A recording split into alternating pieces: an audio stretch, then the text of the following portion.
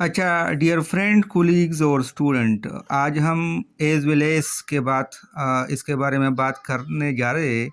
अगर दो सब्जेक्ट के दरमियान एज वेल एज आए या दो नाउन के दरमियान एज वेल एज आए तो फिर हेल्पिंग वर्ब जो हम लगाते हैं सेंटेंस में वो कौन से सब्जेक्ट के अकॉर्डिंग लगेगा।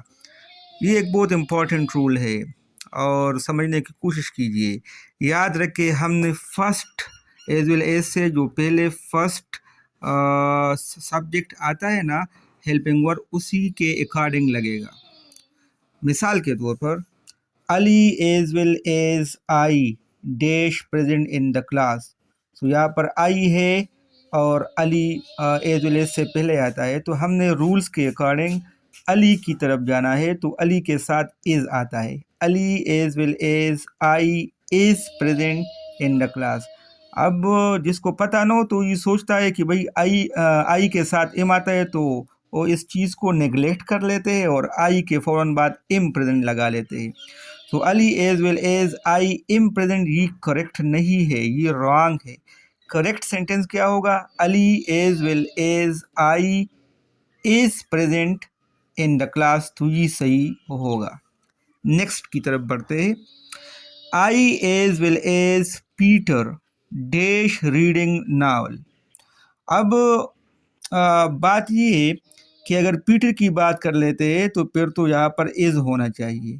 अगर आई की बात करते हैं तो फिर यहाँ पर एम होना चाहिए। रूल्स क्या कहते हैं हमें? ये जो रूल है, रूल के मुताबिक एज वेल एज से पहले वाला जो भी सब्जेक्ट होगा उसी के अकॉर्डिंग आपने हेल्पिंग वर्ब लगा देना है। तो आई के साथ इज नहीं आता, आई के साथ एम आता है, लिहाजा I as well as Peter am reading novel, तो यहाँ पर एम आएगा। सो अक्सर स्टूडेंट इसमें गलती करते हैं कि वो आई एज वेल एज इस चीज़ को छोड़ देते हैं और पीटर के साथ पीटर इज रीडिंग नावल। तो जब एज वेल एज आता है तो फिर आपने जो पहले वाला सब्जेक्ट है ना, उसी के अकॉर्डिंग आपने हेल्पिंग वर्ब लगा देनी है। I as well as Peter is नहीं आएगा, एम रीडिंग नावल, बिकॉज हमने इस आई के अकॉर्डिंग हेल्पिंग वर्ब लगा देना है। Next, the student as well as I dash doing this work. अब सवाल ये पैदा होता है कि एज वेल एज से पहले द स्टूडेंट है और एज वेल एज के बाद आई है, तो क्या यहाँ पर इज आता है या एम आता है?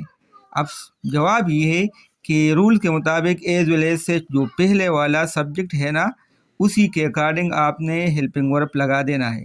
द स्टूडेंट इसके साथ इज आता है, द स्टूडेंट इज तो आएगा the student as well as I is doing this work.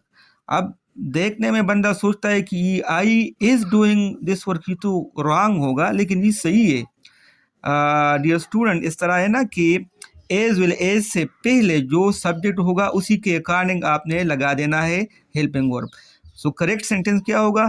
The student as well as I is doing this work, तो इज आएगा यहाँ पर। अब नंबर 4 और नंबर 5 को देखें। She as well as her friends dash going to the park. अब एक सब्जेक्ट है फ्रेंड्स, एक है शी के साथ इज आता है, फ्रेंड्स के साथ आर आता है। अब रूल्स के मुताबिक ये है कि एज वेल एज से जो पहले वाला सब्जेक्ट है ना, आपने उसको देखना है। तो शी के साथ तो इज आता है। She as well as her friends is going to the park. अब आपने ये नहीं सोचना कि फ्रेंड्स तो प्लूरल है तो यहाँ पर आर होना चाहिए, नहीं, इसमें एज वेल एज है। तो एज वेल एज के अकॉर्डिंग हमने सबसे जो पहला वाला हमारे पास सब्जेक्ट होगा उसी के अकॉर्डिंग आपने हेल्पिंग वर्ब लगा देनी है। She as well as her friends is going to the park.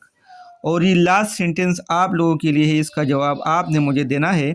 I as well as my brother dash attending the seminar. अब एज वेल एज से पहले वाला जो सब्जेक्ट है वो आई है और एज वेल एज के बाद जो है वो माई ब्रदर है।